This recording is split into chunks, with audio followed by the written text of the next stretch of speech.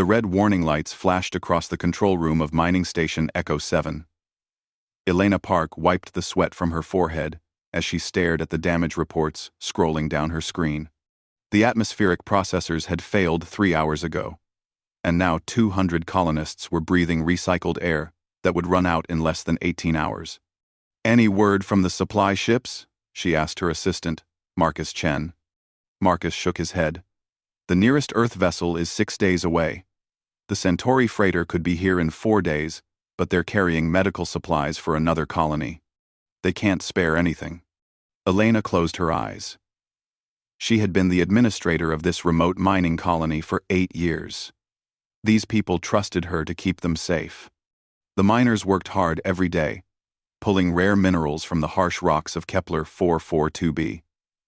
Their families lived here too. Children played in the habitat domes, while their parents worked. Now all of them might die because of a machine failure. "Send out a general distress call," Elena said. "Use all frequencies. Maybe someone else is close enough to help." Marcus began typing on his console. "Broadcasting on all channels now. Emergency assistance needed at Kepler 442b. Atmospheric failure. 200 civilians in danger." The hours crawled by.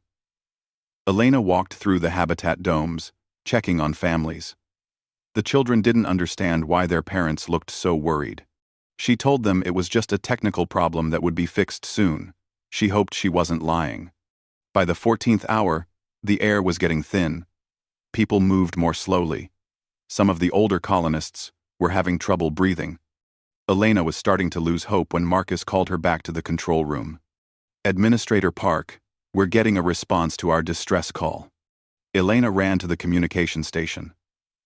A voice came through the speakers, speaking accented but clear English. "This is Captain Jara of the Velkari merchant vessel Golden Current. We received your emergency signal. We are 3 hours away from your position." Elena had heard of the Velkari, but she had never met one. They were traders who moved through this sector selling goods and technology. Most species found them helpful, but distant. They followed strict rules about not getting involved in other people's problems. "Captain Jara, this is Administrator Elena Park. We have a critical atmospheric failure. 200 people are going to die if we don't get life support equipment in the next few hours." There was a long pause. Then Captain Jara's voice came back. "Administrator Park, we carry some emergency life support units, but our guild rules say we cannot give away expensive equipment for free. The cost would be very high." Elena's heart sank. The mining colony barely had enough money to buy food and basic supplies. They couldn't afford expensive Velkari technology. "Captain, I understand your position, but we have children here. Families. We'll pay whatever we can, but it won't be much." Another pause. Elena could hear voices talking in the background, speaking in the musical Velkari language. Finally, Captain Jara spoke again. "Administrator Park, prepare a landing area for my shuttle. We will be there in 3 hours." 3 hours later, Elena stood at the landing pad as a sleek Velkari shuttle touched down. The door opened, and Captain Jara stepped out. She was tall and thin, with pale blue skin and large dark eyes. Her silver hair was tied back in a complex braid. Behind her came 4 crew members carrying heavy metal cases. "You are Administrator Park?" Jara asked. "Yes, Captain. Thank you for coming." "How much do we owe you for the life support units?" Jara opened one of the cases. Inside were gleaming machines that Elena didn't recognize. "These units will provide clean air for 500 people for 30 days. That should be enough time for your supply ships to arrive with replacement parts." "That's wonderful, Captain. But the cost—" "There is no cost," Jara said quietly. Elena stared at her. "I don't understand." Zara was setting up one of the machines. Her crew was doing the same with the others. My ship's sensors show that 43 of your people are under the age of 16. Children. I cannot take money for saving children. But your guild rules. I will handle my guild. Zara connected cables to the colony's power system. The machine hummed to life, and Elena immediately felt fresher air flowing through the vents. My people believe that some things are more important than profit. Over the next 2 hours, Zara and her crew installed all the life support units. They also left behind medical supplies and spare parts for the atmospheric processors. When everything was working, Zara prepared to leave. Elena walked with her back to the shuttle. Captain, I don't know how to thank you. You've saved all our lives. Zara paused at the shuttle door. No thanks are needed. I did what anyone would do. No, Elena said firmly. You did what you chose to do. You risked your career and your money to save people you'd never met. That's not something anyone would do. That's something special. Elena pulled out a small recording device. I'm making an official record of what happened here today. Captain Zara of the Valkyrie Golden Current saved 200 human lives on Kepler 442b. She asked for nothing in return. Humanity will remember this kindness. Zara seemed uncomfortable with the praise. Really, Administrator Park, this was just basic decency. Maybe to you, Elena said. But to us, it's everything. Humans don't forget when someone helps us. We remember our friends. And someday, when you need help, we'll be there. Zara smiled for the first time since landing. That is kind of you to say, but I hope such a day never comes. Elena watched the Valkyrie shuttle disappear into the night sky. She kept her word about making a record. The story of Captain Zara's rescue went into the colonial database, and from there to Earth's central archives. It became part of humanity's growing collection of stories about other species who had helped them. 50 years later, when the Valkyrie faced their darkest hour, a human admiral would read that report and remember Elena Park's promise. But that was still far in the future. For now, the colonists of Kepler 442b went to sleep breathing clean air, safe in their beds, because one Valkyrie captain had chosen compassion over profit. The first warning came when the Valkyrie deep space sensors detected massive energy signatures moving toward their home system. Captain Zara, now Fleet Commander Zara, after 50 years of service, studied the readings from her flagship's bridge. The ships approaching Valkyrie Prime were unlike anything in their databases. Analysis confirms these are sector hegemony vessels, reported her tactical officer, Lieutenant Kellen. 78 warships of unknown class. They'll reach our outer defense grid in 6 hours. Zara felt her blood turn cold. The sector hegemony had been expanding across 3 sectors for the past 20 years, conquering and enslaving every species in their path. Their armies showed no mercy to civilians. Their scientists turned captured populations into slave workers through biological conditioning. Whole civilizations had simply vanished after sector conquest. Send a message to all Valkyrie worlds, Zara ordered. Begin immediate evacuation procedures. Civilian ships are to leave the system at once. The next few hours passed in desperate activity. Valkyrie merchant vessels, passenger ships, and even private shuttles launched from planets and space stations, carrying millions of refugees toward the outer systems. But there were so many people to move, and so little time. The sector fleet arrived exactly when predicted. They came without warning messages or demands for surrender. They simply began destroying everything in their path. Valkyrie defense stations exploded under heavy weapon fire. Orbital platforms that had stood for centuries were reduced to burning debris in minutes. Zara watched from her command ship as the enemy fleet split into groups. Most headed for Valkyrie Prime, the heavily populated homeworld. Others moved toward the industrial colonies where Valkyrie built their famous trading ships. The sector strategy was clear. Destroy everything valuable. Capture everyone useful. Kill everyone else.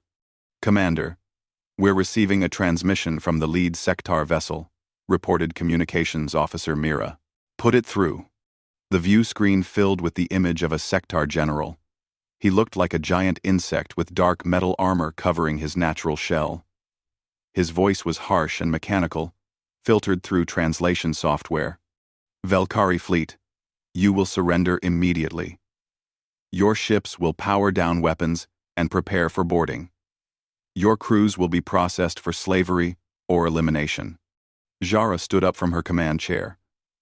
This is Fleet Commander Jara. Velkari space is neutral territory under galactic law. We have committed no acts of aggression against your people. The sector general made a sound that might have been laughter. Galactic law exists only for species strong enough to enforce it. You are weak. You build merchant ships instead of warships. You trade instead of conquering. Your weakness ends today. The transmission cut off. Immediately, the sector fleet opened fire on the remaining Velkari ships. Jara's flagship shook under enemy weapons. Around her, the small Velkari defense force fought bravely but uselessly. Their trading vessels had light shields and basic weapons. The sector warships were built for destruction. All ships, fighting retreat toward the evacuation corridors, Jara commanded. The battle lasted 3 hours.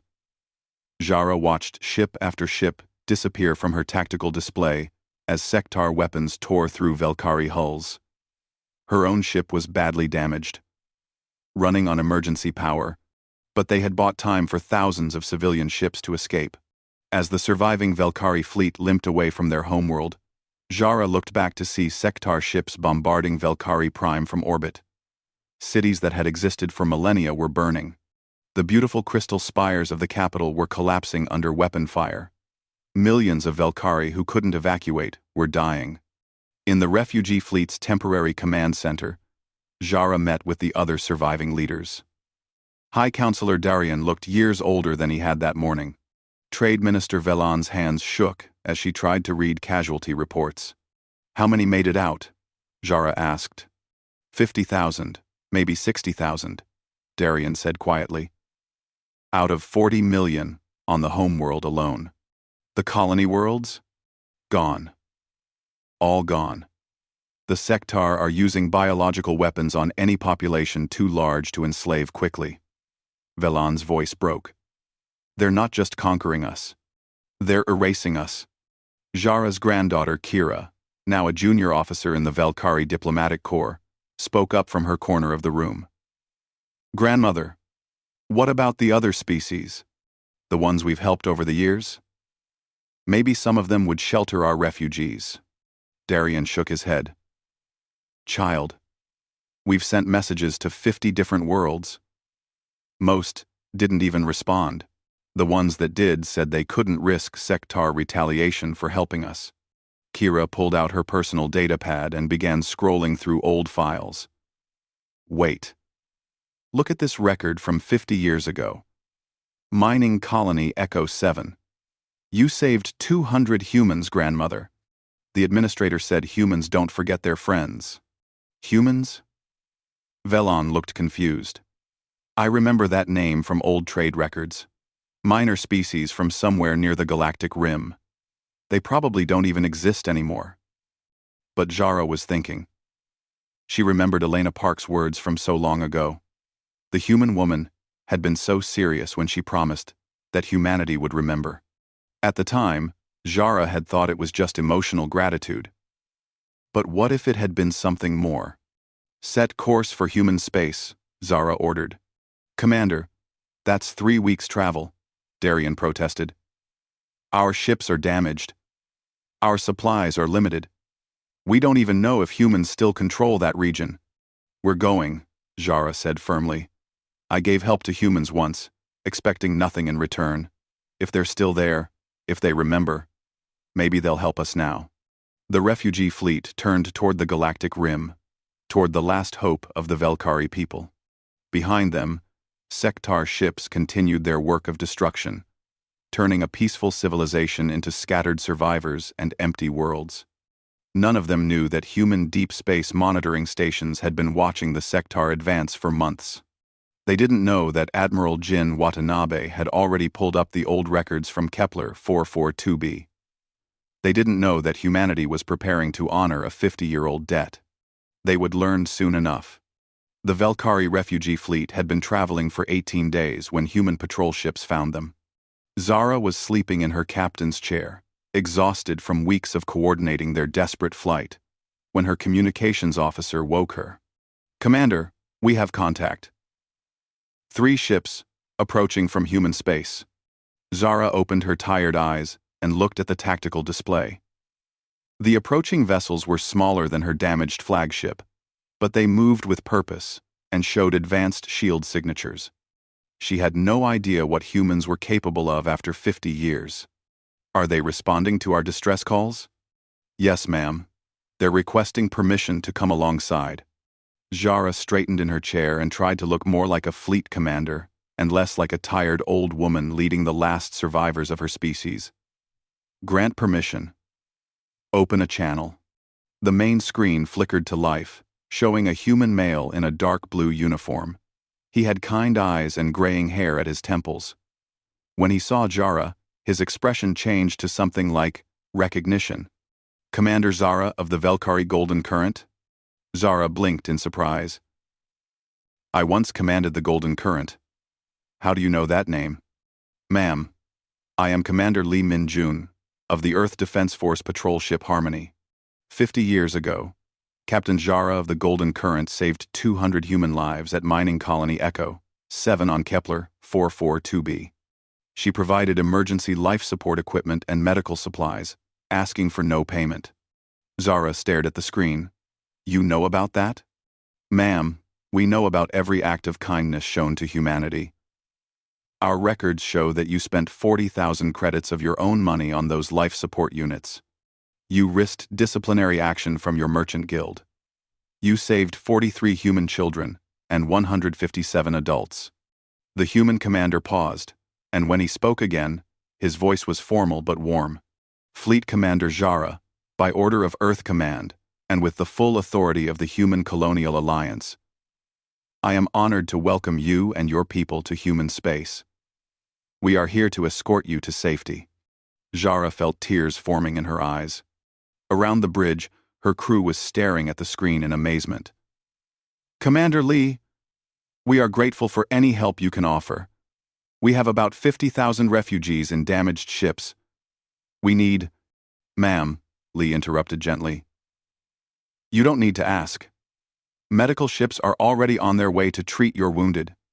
Supply vessels will provide everything your fleet needs.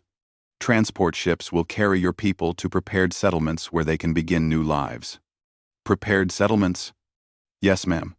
We've been monitoring the sector advance. When we learned they had attacked Valkyrie space, Admiral Watanabe ordered immediate preparation of colony worlds for Valkyrie refugees. The settlements have been ready for a week." Zara could barely speak. "You prepared homes for us before we even asked for help?" Commander Lee smiled. "Commander, Elena Park made a promise 50 years ago. She said, 'Humanity would remember your kindness.' Admiral Watanabe read that promise yesterday morning and decided it was time to honor it." Over the next 6 hours, Zara watched in amazement as dozens of human ships appeared around her refugee fleet. Medical teams beamed aboard the most damaged Valkyrie vessels to treat the wounded. Engineering crews began emergency repairs on ships that had been barely holding together. Supply ships delivered food, water, and critical spare parts. But what amazed Zara most was how the humans treated her people. Human officers spoke respectfully to even the lowest-ranking Valkyrie crew members.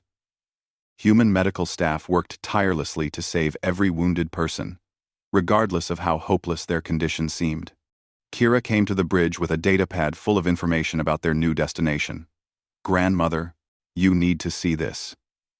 They're taking us to a system called Haven. It has 4 habitable worlds, all prepared with Valkyrie-style cities and atmospheric processors tuned for our biology. 4 worlds? For 50,000 refugees? The humans say we might find more survivors, They want us to have room to grow. Kira looked up from the pad. Grandmother, they built all of this in 1 week. How is that possible? Before Zara could answer, Commander Lee's voice came over the communication system. Fleet Commander Zara, Admiral Watanabe would like to speak with you privately. A few minutes later, the view screen showed an elderly human woman in an admiral's uniform. She had steel-gray hair and eyes that seemed to see everything. When she looked at Zara, those eyes held something that made the Valkyrie commander nervous. Commander Zara, I am Admiral Jin Watanabe, Earth Defense Force. I wanted to speak with you personally about what happens next. Admiral, my people are grateful for your rescue. We will work hard to earn our place in human space. We won't be a burden. Admiral. Commander, you misunderstand. You are not refugees seeking charity. You are allies whose home was attacked by our mutual enemy. The Admiral's expression grew harder. The sector hegemony has been expanding toward human space for 20 years. We've been watching them destroy species after species. But we needed the right moment to act. 2. I don't understand. The sector attack on Valkyrie space was an act of genocide against our friends.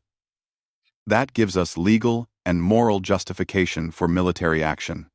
More importantly, it gives us detailed intelligence about their weapons and tactics from your fleet's combat records. Zara felt a chill run through her. Admiral, you can't be thinking of war. The sector hegemony controls hundreds of worlds. They have thousands of warships. Admiral Watanabe's smile was cold and dangerous. Commander, you've been away from human space for a long time. You might be surprised by what we've been building out here on the galactic rim. The Admiral leaned forward. 50 years ago, you saved human lives because it was the right thing to do. You asked for nothing in return. Today, we honor Elena Park's promise. Your people will be protected, your culture preserved, and your losses avenged. Admiral, I appreciate your gratitude, but, Commander, Watanabe interrupted, you need to understand something about humans. We remember our friends, and we remember our enemies. The sector have made themselves both by attacking you. The transmission ended, leaving Zara staring at a blank screen. Around her, the bridge crew was quiet. Finally, Kira spoke up. Grandmother, what do you think she meant? Zara thought about the Admiral's words, about the speed and efficiency of the human response, about the advanced technology she had seen in their ships. I think, child, that we may have seriously underestimated our human friends. Outside the viewport, more human ships were arriving every hour. Zara counted them and realized this wasn't just a rescue mission. It was a fleet assembling for war. And humanity, it seemed, had decided that the sector hegemony had gone too far. The Haven system was nothing like what Zara had expected. As their convoy of human and Valkyrie ships approached the first planet, she stood on the observation deck of the human flagship, Retribution, watching her new home grow larger on the view screen.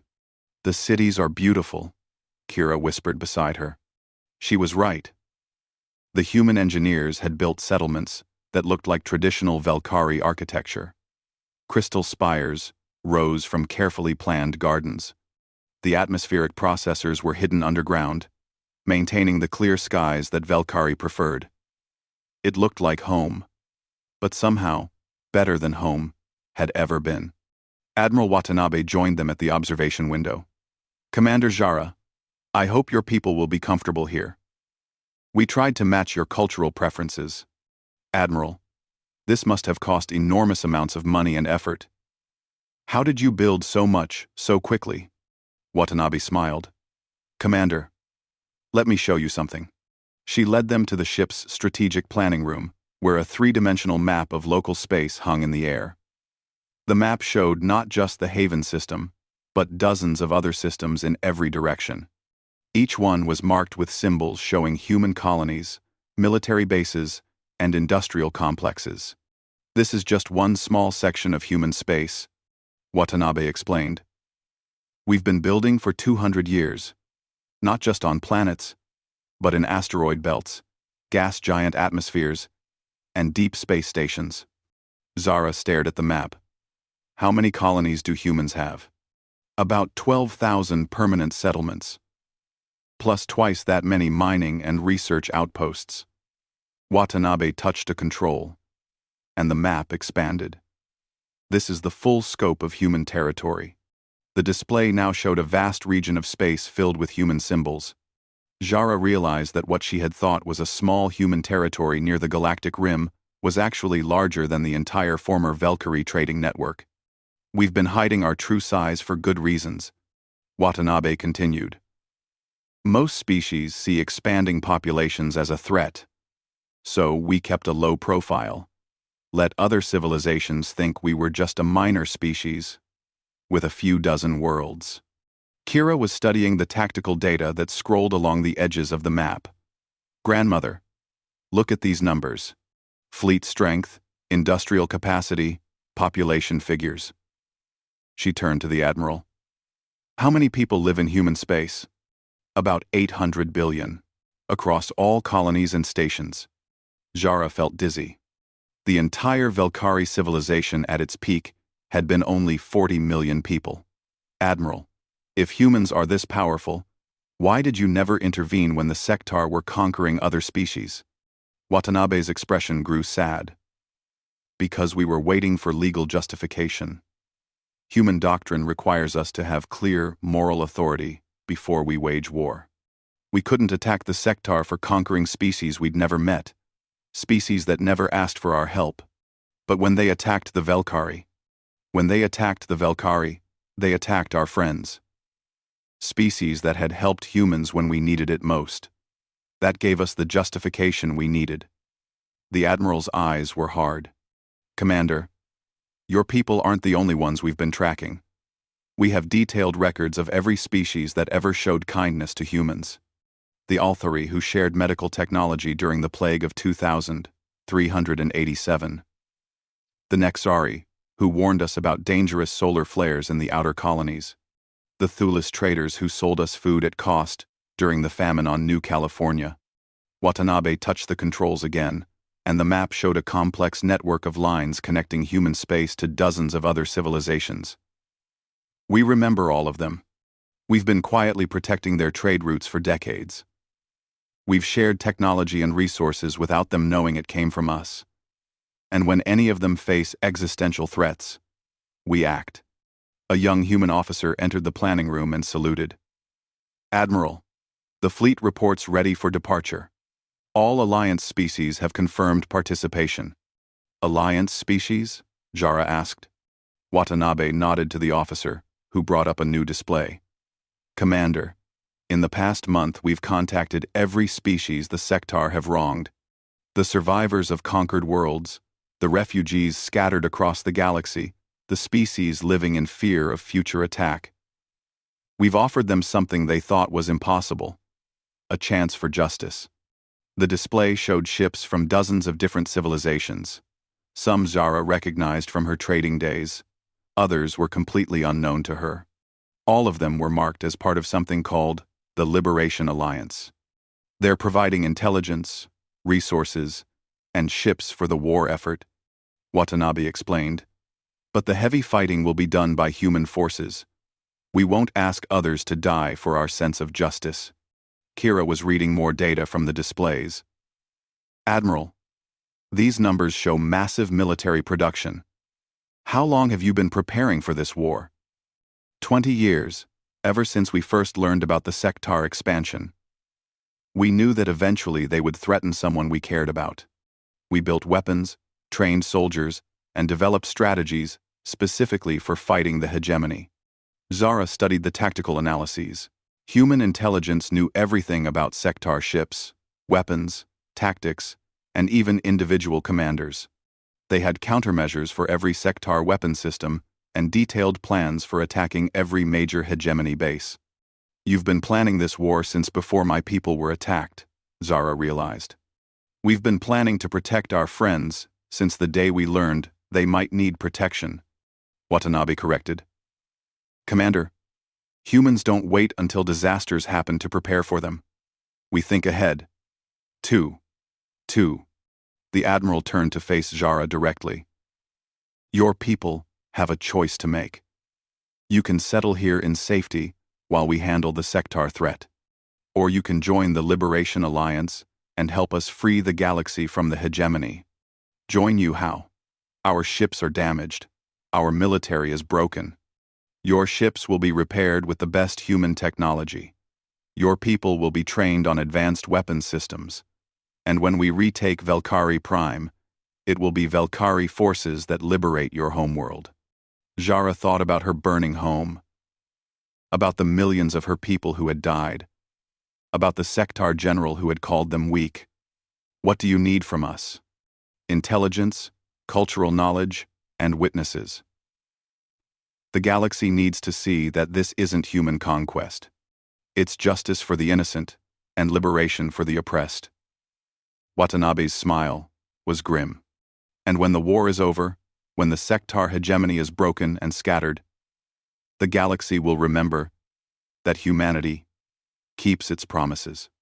Outside the planning room windows, Zara could see the assembling fleet.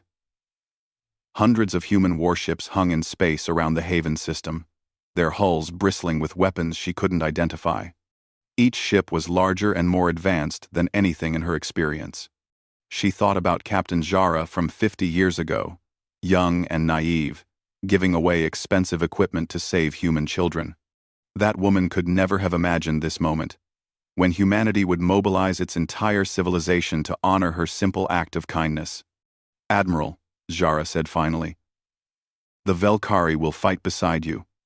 We'll help you show the galaxy what justice looks like. Watanabe nodded. Then let's go remind the Sectar what happens when you attack humanity's friends. The war began without warning, just as the Sectar had started their own campaigns. But this time, it was the hegemony that faced the surprise. Admiral Watanabe stood on the bridge of her flagship as reports came in from across Sectar space. Tactical, give me the status update. Operation Liberation is proceeding on schedule, reported Commander Sarah Kim.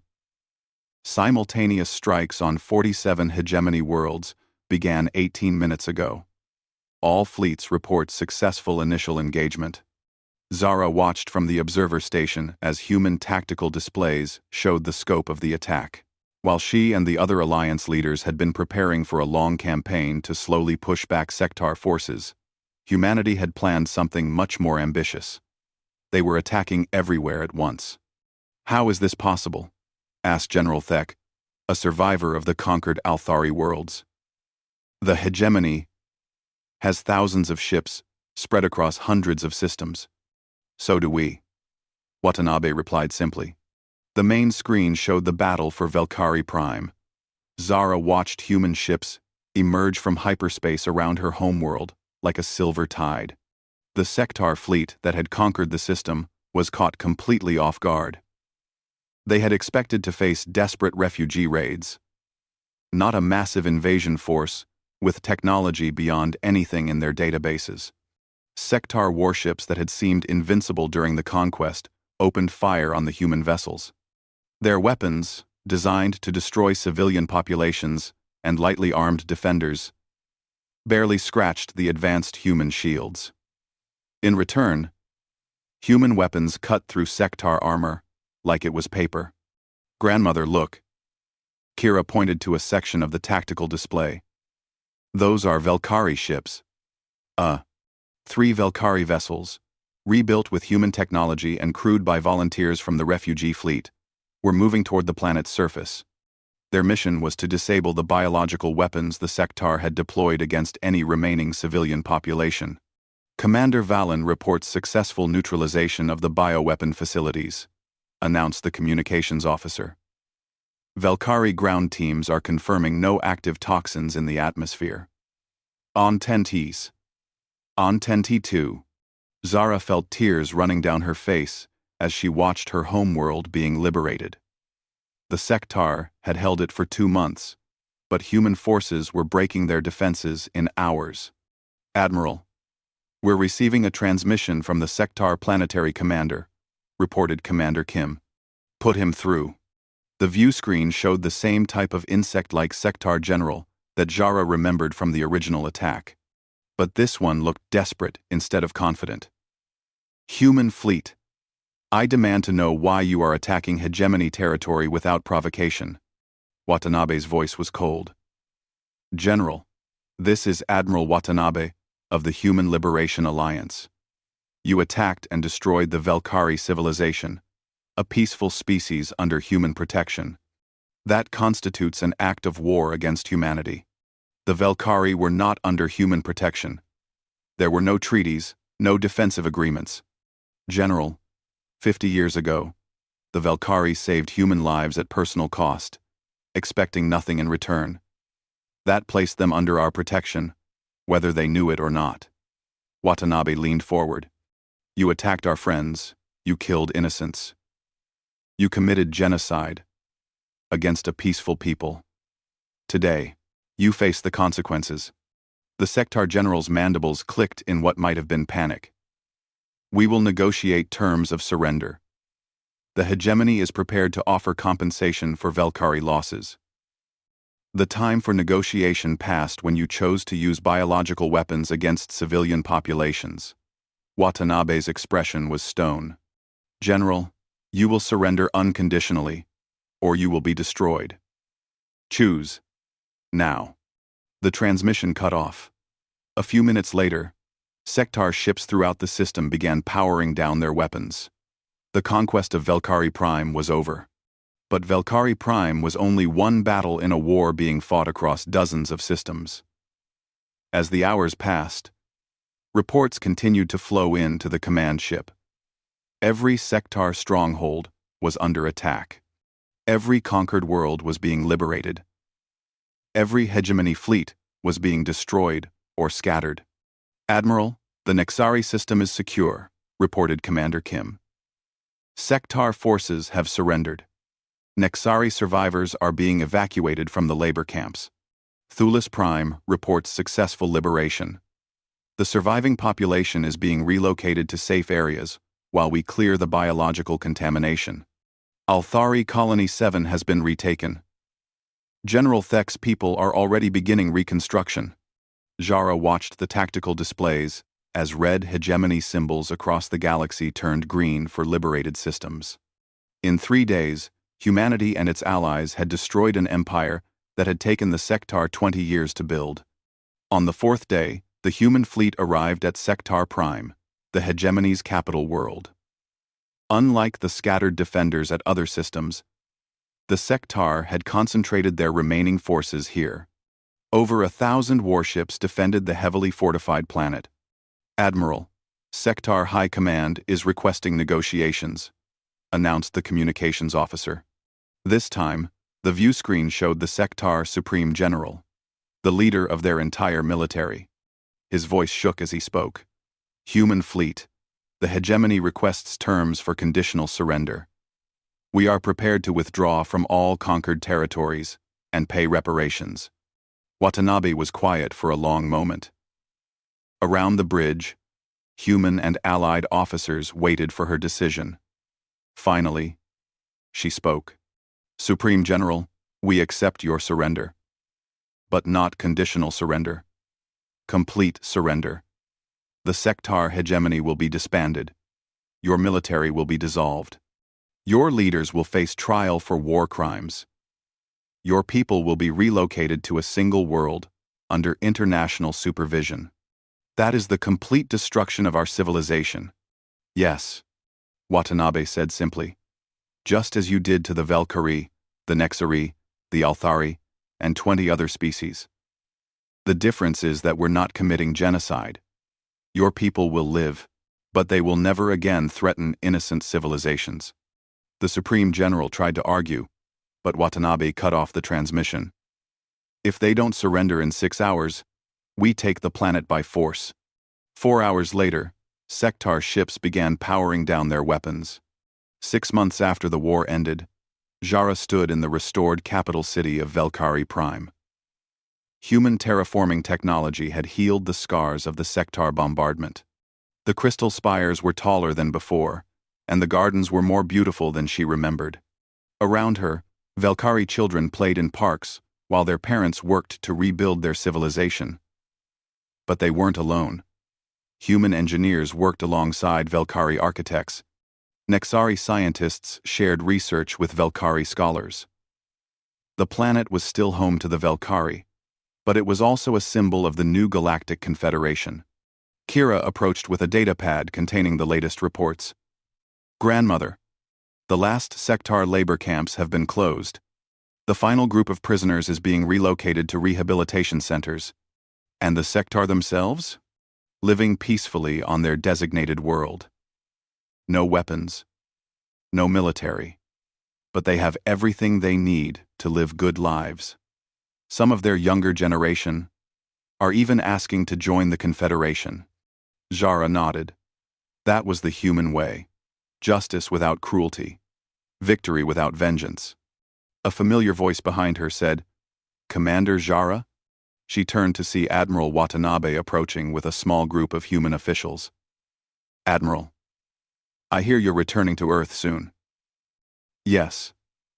The new Confederation government is stable enough to manage without constant military oversight." Watanabe smiled. "But before I leave, I wanted to give you something." The Admiral handed Zara a small crystal data storage device. "What is this?" "What is this?" "I'm one. A complete record of every species that has ever helped humanity. Every act of kindness. Every moment of cooperation. Every hand extended in friendship." Watanabe's expression was serious. "Commander, the galaxy knows now what happens when someone attacks humanity's friends. But they should also know what happens when someone helps us." Zara looked at the crystal, thinking about the thousands of species listed in its memory banks. What happens? They become part of the family, forever. As Admiral Watanabe walked away, Zara understood finally why humanity had been so quick to help her people. It wasn't just about honoring debts or keeping promises. It was about building something bigger than any one species could achieve alone. The Velkari had learned that humanity never forgets a favor. The Sectar had learned that humanity's revenge could shake worlds.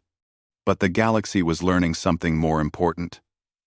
Humanity's friendship could unite civilizations and create a future where no one had to face darkness alone. 50 years after a simple act of kindness to save human children. Zara watched that kindness bloom into a galaxy-wide alliance, dedicated to protecting the innocent and preserving peace.